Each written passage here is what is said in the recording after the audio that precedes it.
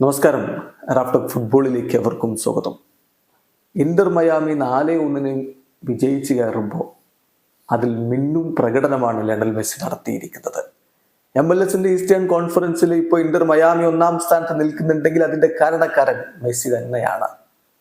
New ഇംഗ്ലണ്ടിനെതിരെ ആദ്യ മിനിറ്റിൽ തന്നെ, കൃത്യമായി പറഞ്ഞാൽ 36 സെക്കൻഡിൽ തന്നെ പുറകിൽ പോയതാണ് മയാമി. അവിടെ നിന്ന് അവർ തിരിച്ചു വന്നിട്ടുണ്ടെങ്കിൽ അതിന് പുറകിൽ ലിയോ മെസ്സിയുടെ മാസ്മരിക പ്രകടനം മാത്രമാണ്. ഇരട്ട ഗോളുകളും ഒരു അസിസ്റ്റും അദ്ദേഹം സ്വന്തം പേരിലാക്കിയ മത്സരം. ആ കളിയിൽ അദ്ദേഹത്തിന്റെ കണക്കുകൾ നമ്മൾ നോക്കിയാണ്. 90 മിനിറ്റ് കളിക്കളത്തിൽ 2 ഗോളുകളും ഒരു അസിസ്റ്റും അദ്ദേഹം സ്വന്തമാക്കുന്നു. 4 ഓൺ ടാർഗറ്റ് ഷോട്ടുകൾ, ഒരു ഷോട്ട് ബ്ലോക്ക് ചെയ്യപ്പെട്ടു.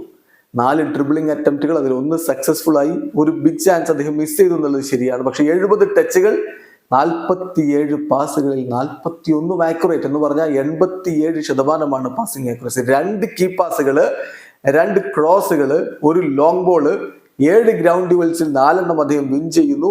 അങ്ങനെ ടീമിന് വേണ്ടി മിന്നുന്ന പ്രകടനം നടത്തിയ താരത്തിന് ഇപ്പൊ നൽകുന്ന റേറ്റിംഗ് 8.8 ആണ്. ലൂയിസ് സുവാരസും കളിക്കളത്തിലേക്ക് വന്നു. അദ്ദേഹം സബ്സ്റ്റിറ്റ്യൂട്ട് റോളിലാണ് ഇറങ്ങിയത്.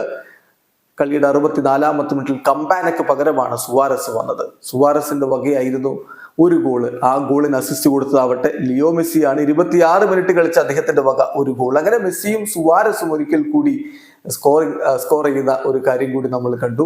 മെസ്സി ഇപ്പം കഴിഞ്ഞ ഏതാണ്ട് എല്ലാ മത്സരങ്ങളിലുമായിട്ട് ഇന്റർ മയാമിക്ക് വേണ്ടി ഗോൾ കോൺട്രിബ്യൂഷൻ നടത്തുന്നുമുണ്ട്. എന്തായാലും മികച്ച പ്രകടനമാണ് മെസ്സി തുടരുന്നത്. കോപ്പ അമേരിക്ക അടുക്കുമ്പോൾ ഇങ്ങനെ ഫോമിൽ മെസ്സി കളിക്കുന്നത് അർജന്റീന ആരാധകർക്കും വലിയ സന്തോഷം പകരുന്ന കാര്യമാണ്. വീഡിയോ അവസാനിക്കുന്നു.